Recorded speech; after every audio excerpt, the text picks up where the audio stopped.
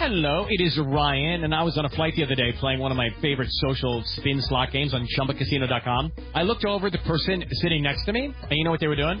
They were also playing Chumba Casino. Everybody's loving having fun with it. Chumba Casino is home to hundreds of casino-style games that you can play for free anytime, anywhere. So sign up now at ChumbaCasino.com to claim your free welcome bonus. That's ChumbaCasino.com and live the Chumba life. Sponsored by Chumba Casino. No purchase necessary. VGW Group. Void where prohibited by law. 18+. Terms and conditions apply. The Avengers radio series, a cultural phenomenon in South Africa back in the 1970s. South Africa was a country with no national television service. It wasn't until 1976 that the country would get its first taste of television broadcasts. But before that, radio was the primary medium of entertainment and information for the masses. This was the context when The Avengers, a British spy FI series, made its debut on South African radio and became a cultural phenomenon. The Avengers was a British television series that originally aired from 1961 to 1969. The show revolved around the adventures of John Steed, a suave and sophisticated secret agent, and his various female associates. The series was a unique blend of traditional spy thriller elements with science fiction and fantasy, which set it apart from other shows of its time. While the series was hugely popular in the UK and had also made a significant impact in the American markets, being one of the rare British series given a network transmission slot, it was virtually unknown in South Africa. This was primarily due to the lack of a national television service in the country until 1976. However, as a film series, The Avengers was able to gain some exposure in South Africa through film rentals. But it was the launch of the radio series that truly brought The Avengers to the masses in South Africa. Come and listen at www.myclassicradio.net. And now, Bob Elliott and Ray Goulding are proud to present Coast to Coast, the CBS Radio Network.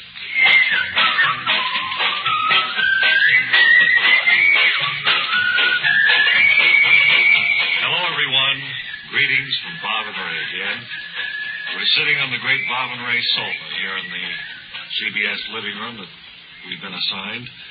And going to have kind of a comfortable, relaxed program this evening. Do you have You want to talk to any of us here in the audience, Bob? If we have time, we certainly will, sir. I'd love to talk to you. I'm a singer.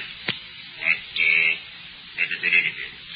Well, that's good. Is there anything particularly interesting about you that we could... I notice you're wearing a gorilla suit.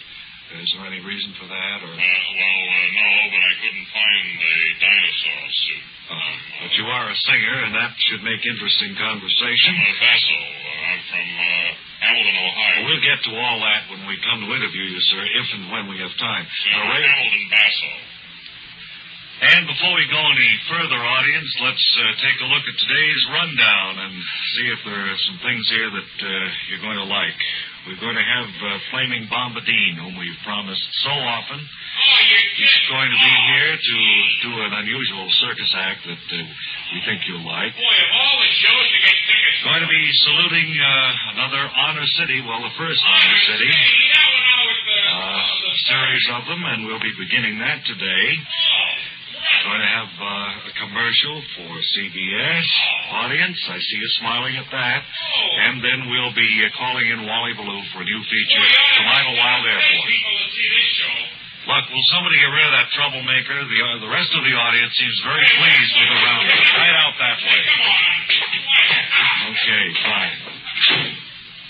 Actually, he was one of the nicest guys we've ever had in the Bob and Ray audience. It was unfortunate that he was just a little bit off today. Before we call in Wally as an audience, we ought to have our little word here for Columbia Stereophonic High Fidelity Phonographs. I'd like you now to hear my announcer, Bob Elliott. Thank you very much, old Redhead. You know, there's a marvelous selection of 7 new portable models in smart new color combinations at your Columbia Phonograph Do the best we can. Each one is a masterpiece of design and beauty. More quality, more features, more styling. With the built into these sturdy portables than ever before. Well, if you had loose bridge work, you couldn't do Can you do any better, sir? Do you want to come up here and... Yes, I think I can do a lot better. All right, come on. Loose bridge work either. Come on, I don't care. If you want to do it, go ahead. I left off right there. Where? Regular records take on new beauty, too. When played on handsome Columbia phonograph. Where's that? Right there. Oh. Regular records. Take on. New Beauty. New Beauty, too, when playing on Handsome Columbia. Portables, it's you'll be amazed. on Handsome Columbia Portables. On Handsome Columbia Portables. You'll be amazed at the big console sound that is reproduced by Columbia Portable. Stereophonic. No. Columbia Portable Stereophonic High Fidelity Phonograph. You'll thrill to the excitement of Stereo One. By Columbia, number one in the wonderful world of sound. And no, you see, you're breaking it up in the wrong places. You have to run these phrases together. I guess loose brickwork isn't everything. I better go sit down. I guess I should. And Columbia Portables are economical, too. Prices start as low as $24.95. See them and hear them today at your Columbia Phonograph dealer. Your Columbia Phonograph dealer. Okay, Bob. Now then, to Idlewild Airport, Bob and Ray remote broadcaster, Wally Blue. Deals Wally Blue, winner of the Louis Gratzby Diction Award, 1956. Greeting you from the overseas waiting room here at Idlewild, and ready with our portable microphone to chat with some of the people coming and going by airplane. How about you, sir? Can I speak to you first? Where are you from? I'm from London. London, England. London, New Hampshire. Oh, I didn't think you sounded too British. I'm not British. Where are you bound for, or are you just leaving? I'm leaving from Idlewild now. I'm going overseas. Whereabouts? London, England? No, I'm going to Paris, France. And then from there I'm going to Rome, Italy. And then from there I'm going up to Geneva, Switzerland. And to London, England. And then I'm going to Dublin, Ireland. Sounds like a wonderful itinerary you have there, sir, and I hope you have a great deal of fun on your flight. Well, there won't be much fun at all. I have many serious things that I have to get done on this trip, and... You're going for business, then, are you?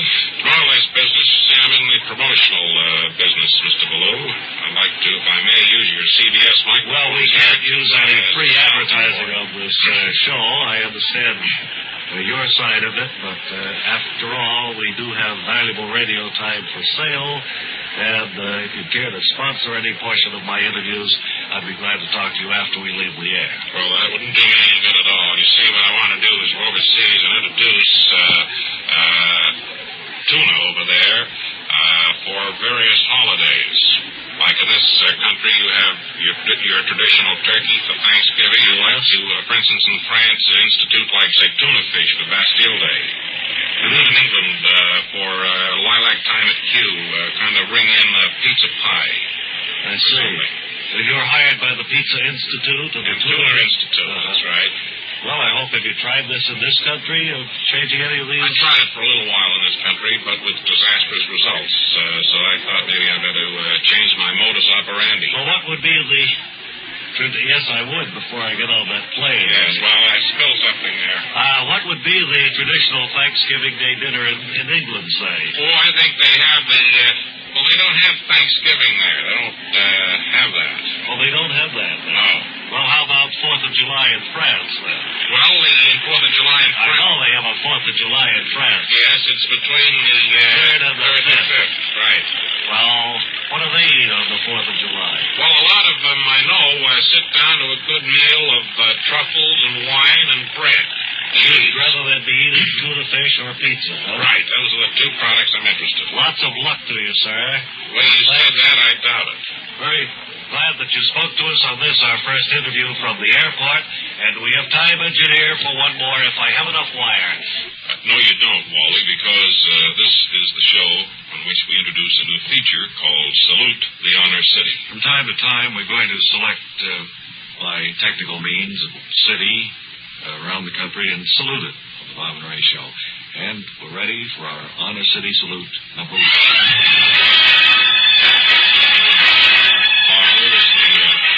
Where's the piece of paper with the name of Honor City? Did I get it to you? I did. Play a little longer, will you, musician? No, all we have here is a commercial for Columbia Phonographs. Let me look through my stuff here. Keep it going, will you? Or just for just a second. No, I don't have it. Yeah. Well, it was I've got that pile of... let me see. Oh, he's ending now. We got it. You know what it is, engineer?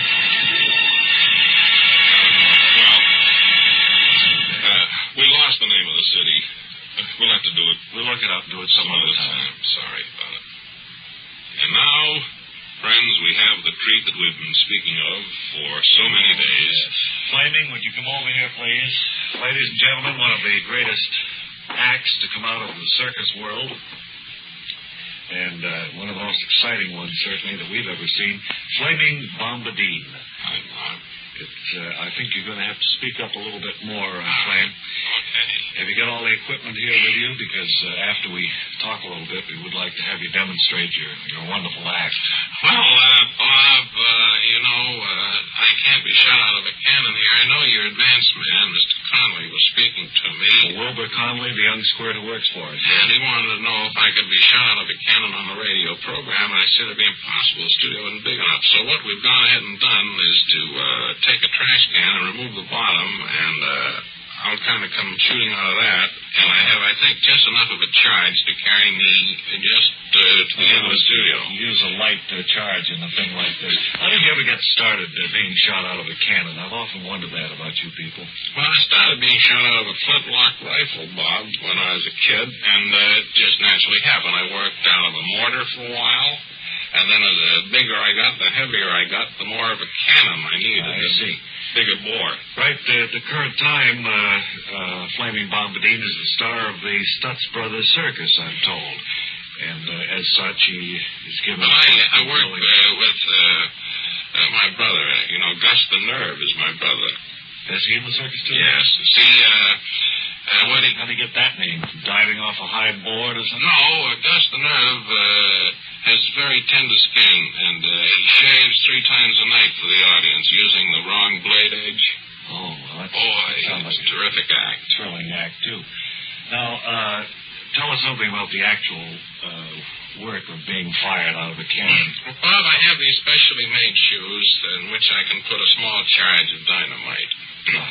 Now, we light the fuse. Yeah. And I'll come shooting out of this trash can. I think, though, for safety's sake here, and as much as I don't have a helmet, that if you would open that door and fire into the studio so that in case I have too much of a charge in my shoes, I'll go through the door and then out into the hall and more or less just... By that time, you will have slowed down. What do you think about when you're flying through the air like you're going to be doing in just a few seconds?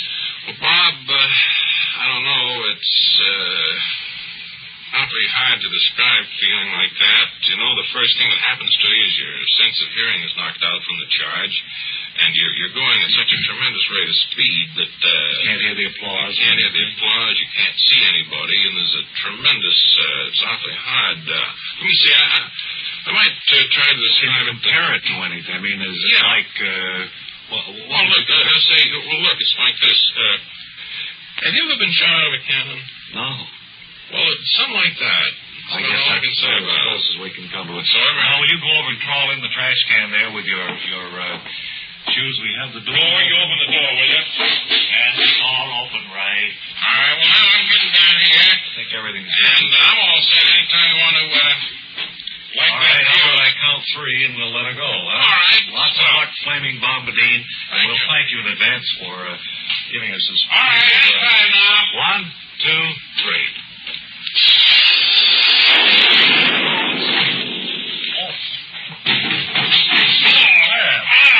I'm awfully sorry. Wesley Webster just came in, ladies and gentlemen. And I closed the door. I didn't know that the fellow was going to be shot out of the cannon. He was right on his way out the door. He was slowing down. Flaming? What? Want you to meet Wesley Webster, one of the greatest little guys in show business. Is he the fellow who closed the door? Yeah. Well, he came in. He's a bird brain, if you ask me. Webb, this is Flaming Bombadine. How do you do, Flaming? I've heard so much about you. Boy, but I've heard, huh? You went headlong into that heavy door out there. I'm going to sit down for a little while. I think maybe you're good. You have a headache or anything? Yeah. Mostly that. Webb, I'm glad you got here because Ray was telling me he had a flat tire on the Bob and Ray truck. It's parked downstairs. Yeah. And I wondered if you could get out and change it. Well, look, I'm all dressed up. I'm going out to a dance tonight. And I know we have a flat tire. We have to go out to a supermarket opening. And I have this, it's a beautiful tuxedo. It is a nice suit. Expensive, was it? Yeah, it is very expensive. But if I go out and change the tire, and it'll be a mess. Yeah. How's the bird? The great bird is fine. But would you go down and change the tire for him? Well, all right, I'll go down. Yeah. Sorry. Hey, Daddy, get the suit dirty. It's flaming, all right. I think he is. Would you like to sit down on the Bob and Ray couch, Flaming? I mean, we can go over to the desk and do the rest of the show from there. It might be more comfortable. Flaming. Not, Oh, there's the Bob and Ray great bird. like he's trying to get out of the cage. He's getting awfully big for that cage. Flapping his He's wings in that there. cage, man. That's the great Bob and Ray bird. Well, do you know what kind of a bird that is? No. I mean, I've been around circuits and oddities enough to know. I don't know what that is. You've got a serious problem there. Why? What do you mean? It's a very dangerous bird.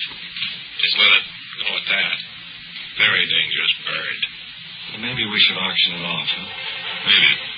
Hey, is that the thing is so soon? Gee, we just barely get started. Until tomorrow, this is Ray Goulding reminding you all to write if you get work. Bob Elliott reminding you to hang by your thumb.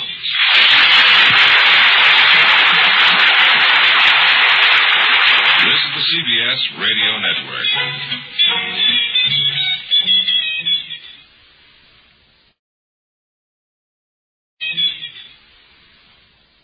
How to have fun, anytime, anywhere. Step 1. Go to ChumbaCasino.com. ChumbaCasino.com. Got it. Step 2. Collect your welcome bonus.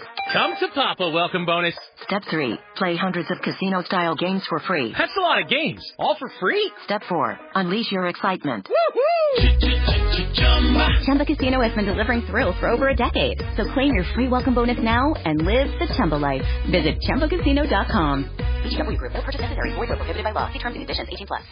21st Precinct, aka 21st Precinct and 21st Precinct, was a police drama broadcast on CBS Radio from July 7, 1953 to July 26, 1956.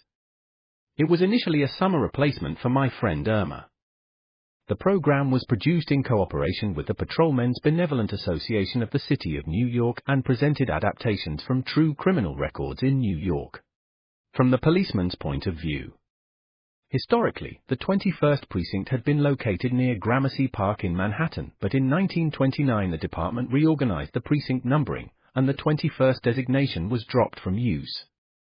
No such precinct existed during the show's run, nor does a 21st exist today. However, the fictional precinct's territory corresponds closely to that of the Upper East Side's 23rd Precinct as it has existed since 1929. Stanley Niss was the producer-writer-director. The role of Precinct Captain Frank Kennelly was played by Everett Sloane for the first 109 episodes and briefly in episode 135. During episode 109, Captain Frank Kennelly was promoted to Deputy Inspector and reassigned out of the 21st Precinct. He was replaced by Captain Cronin James Gregory, 1955-56, and Les Damon, 1956. Other cast regulars were Ken Lynch as Lieutenant Matt King, Harold Stone as Sergeant Waters, Jack Arissa as Sergeant Collins, and Santos Ortega as Lieutenant Gorman. The program's announcer began the program's opening each week. 21st Precinct. It's just lines on a map of the city of New York. Most of the 173,000 people wedged into the 9/10 of a square mile between Fifth Avenue and the East River wouldn't know, if you asked them, that they lived or worked in the 21st. Whether they know it or not, the security of their persons, their homes, and their property is the job of the men of the 21st. At that point the lead actor would complete the introduction. The 21st Precinct. 160 patrolmen, 11 sergeants and 4 lieutenants of whom I'm the boss. My name is Kennelly. Frank Kennelly. I'm captain in command of the 21st. Art Hanna, Bob Hill, and Hugh Holder were the program's announcers. The series was produced by John Ives. It was usually directed and written by Stanley Niss. Another source lists Niss as producer. Come and listen at www.myclassicradio.net.